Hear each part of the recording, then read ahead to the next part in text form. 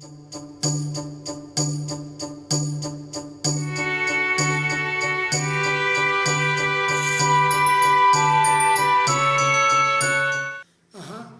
los que antes conoció, también los predestinó para que fuesen hechos conforme a la imagen de su Hijo, para que Él sea el primogénito entre muchos hermanos. ¿Cómo es Cristo formado en nosotros?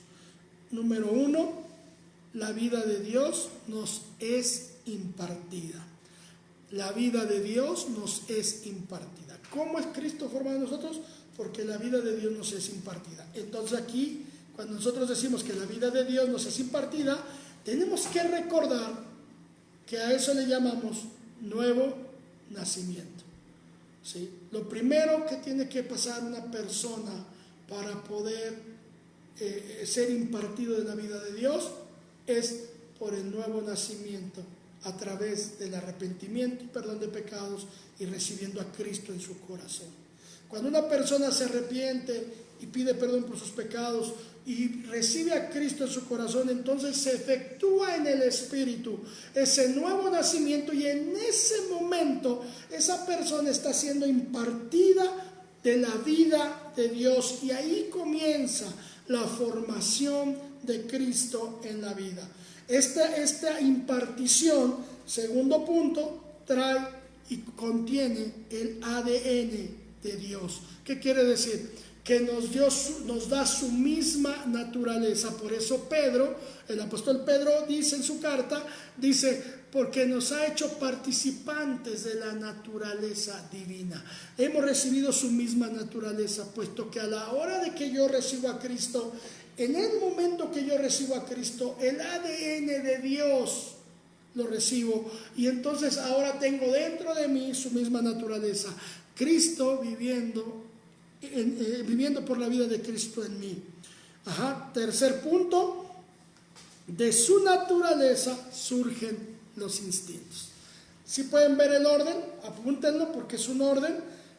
¿Cómo es Cristo formado? Primero, Dios nos imparte su vida, nacemos de nuevo, aceptamos a Cristo. Digo todas estas frases para que te haga clic y digas, yo ya recibí a Cristo, entonces la vida de Dios me ha sido impartida.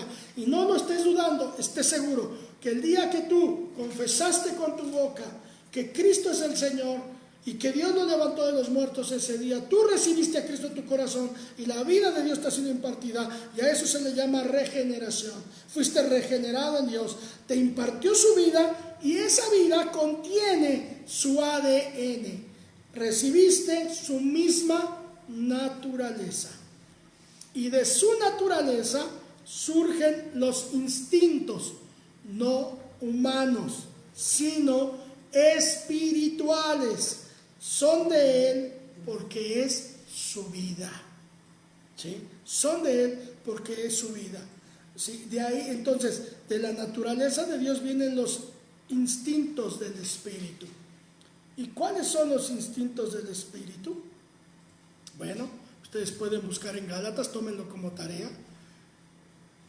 Gozo, amor, paz, gozo, paciencia, el fruto del Espíritu. No frutos, el fruto del Espíritu, porque es solo uno. Esos son los instintos. Si se dan cuenta que el fruto es algo natural, por eso es que la vida cuando es un instinto, viene por naturaleza. ¿Qué quiere decir? Que no es que yo me prepare para tener paz y que reciba 10 seminarios con el pastor Agustín de cómo tengo que expresar la paz. No, ese viene por un instinto del Espíritu, al tú saber que a la hora de recibir a Cristo fuiste impartido de la vida de Dios. Esa vida de Dios tiene su misma naturaleza, por ende, al tener su misma naturaleza, el instinto del Espíritu empieza a darse como fruto en nuestra vida. Esto es muy maravilloso. La historia de Cristo es nuestro destino. ¿Qué quiere decir que la historia de Cristo es nuestro destino? Leo el párrafo final de esta página. Él fue encarnado, y cada vez que la vida de Dios es impartida, Cristo es encarnado. Cristo fue encarnado, y cada vez que la vida de Dios es impartida, Cristo es encarnado. Nace en uno de sus hijos para crecer y su imagen sea expresada a través de los suyos. Entonces, ¿qué quiere decir esto? Que lo que es Cristo seremos nosotros. Lo que Cristo hace es lo que hacemos nosotros. Lo que Cristo dice es lo que decimos nosotros. Lo que Cristo expresa, lo expresaremos nosotros. Ya no vivo yo, mas Cristo vive en mí. Eso no tiene que ser un texto aprendido, sino un texto vivido. ¿Sí? Tenemos que vivir ese texto. Ya no vivo yo, ahora no, ahora todo lo que Cristo hace, todo lo que Cristo hace yo lo hago. Todo lo que Cristo dice yo lo tengo, yo lo digo. Todo lo que Cristo piensa, yo lo pienso. Pues dice que hemos recibido la mente de Cristo. Y esa es la que fluye en nosotros. Él fue encarnado y cada vez que la vida de Dios es impartida, Cristo es encarnado. Por eso también es importante que tengamos cuidado. Ese cuidado de que nosotros podamos hacer conciencia. De que no se trata solamente de acepta a Cristo y métete, acepta a Cristo y métete. Somos responsables de cuidar esas vidas, porque cuando una persona recibe a Cristo, está siendo impartido de la vida de Dios, y nosotros tenemos que ayudar a ese crecimiento, a ese nacimiento. ¿Sí? Es un bebé que está naciendo y que nosotros lo estamos recibiendo en brazos y tenemos que llevarlo a buen puerto. Por eso es importante hacer conciencia, porque a veces traemos en nuestra mente el hecho de salvar las almas, de que se metan, de que entren y tener gente y ser muchos para que vean cuánto creció la iglesia. Eso no es crecimiento, eso es engordar. Y hay que saber distinguir cuándo es crecer. Crecer es cuando tú eres un padre espiritual responsable de todos aquellos que les impartes la palabra del reino. Te haces responsable de su crecimiento, te haces responsable de su alimento, te haces responsable de llevarlos de la mano hasta que todos lleguemos a la estatura del varón perfecto que es Cristo Jesús. Así lo expresa el apóstol Pablo, hasta que todos lleguemos a la estatura del varón perfecto. Entonces, nosotros cuando vemos que cada vez que alguien es impartido de la vida de Dios, es Cristo encarnado, lo que tenemos que dejarle claro a la persona, que ahora ya no vive ella, sino Cristo vive a través de ella, que ahora ha venido y ahora pertenece a los que son llamados a cumplir un propósito eterno. Cumplir un propósito eterno es precisamente esa parte donde nosotros entendemos que vamos a revelar a Cristo a través de nuestra vida. Que no se trata de que se nos solucionen los problemas, que no se trata de mi enfermedad. Todo eso es añadidura y va a ser añadido, porque si Dios tiene un proyecto contigo, Él te va a sanar no porque sienta lástima de tu enfermedad, sino porque tienes que cumplir un propósito eterno. Si Él te da un carro es para que lleves a cabo tu tarea asignada en el propósito eterno. Si Él te da una casa es para que cumplas tu tarea asignada en el propósito eterno.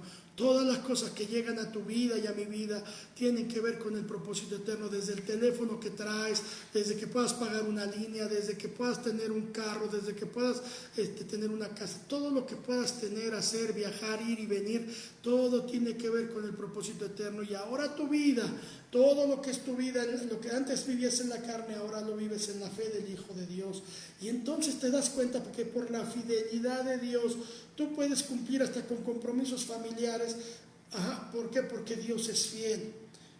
Tu familia no se va a ver mal porque Dios es fiel, porque Él va a proveer todo lo que tiene que ver con su propósito eterno.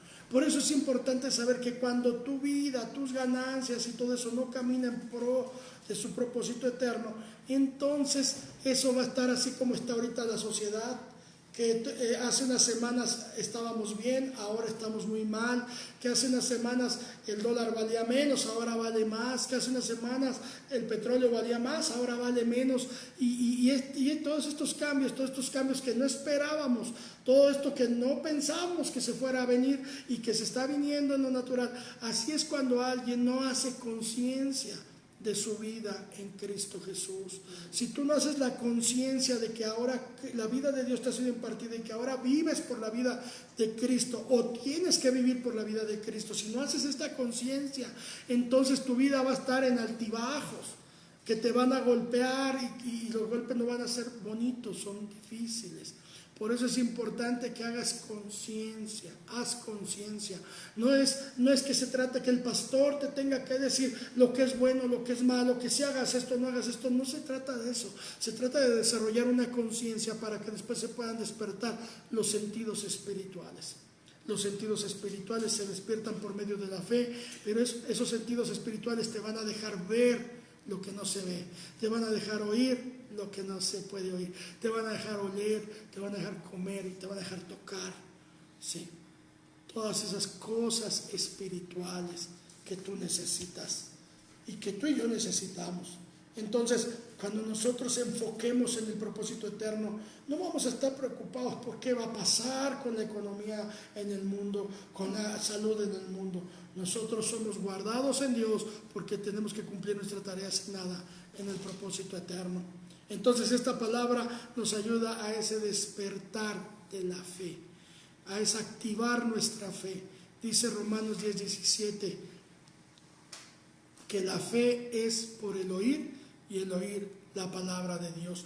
Cuando tú oyes la palabra de Dios, yo me hacía la pregunta el domingo, yo como pastor, ¿por qué tengo que dar una respuesta cuando vienen este tipo de crisis? De repente pareciera que vienen estas crisis y que los pastores por fuerza tenemos que tener una respuesta, tenemos que dar todo este tipo de cosas. Y no es el punto de que diga que los pastores están mal, claro que no.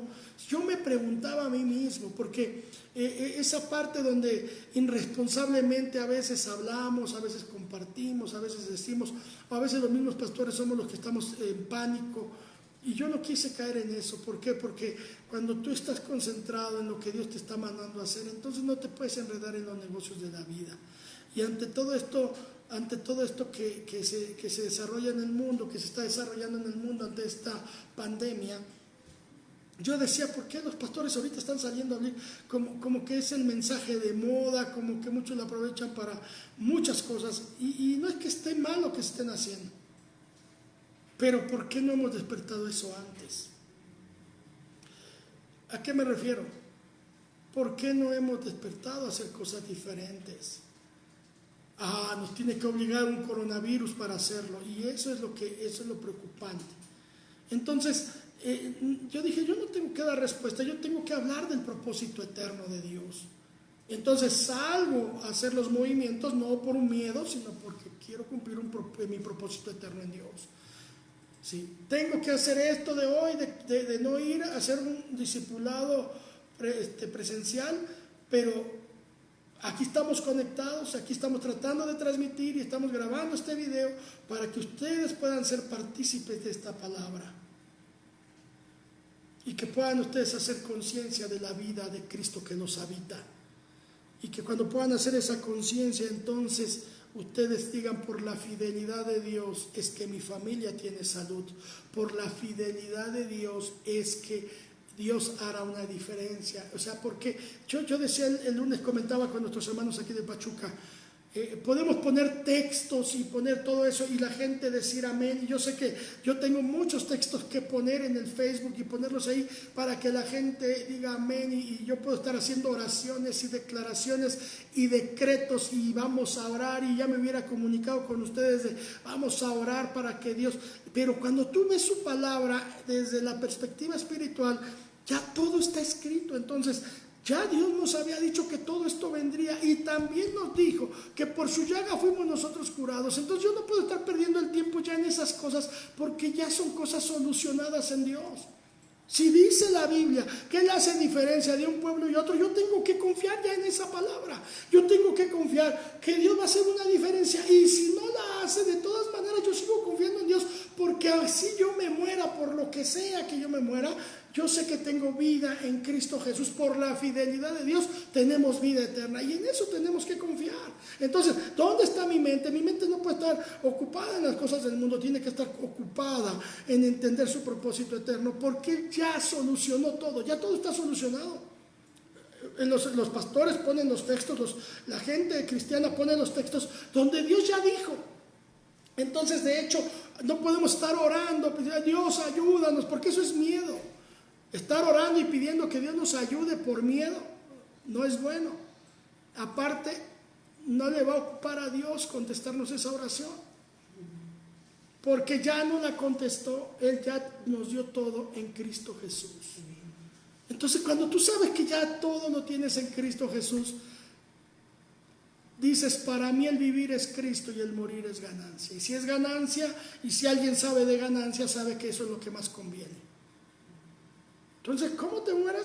No, a lo mejor no te mueres de un coronavirus, pero a lo mejor te mueres con una cáscara de plátano que te resbales. Y de todas maneras, si tienes vida en Cristo Jesús, tú pasas de muerte a vida. Nosotros tenemos que tener esa confianza, hijos. Y yo les invito a que estemos confiados por la fidelidad de Dios, porque Dios es fiel, es que nosotros podemos caminar y proseguir.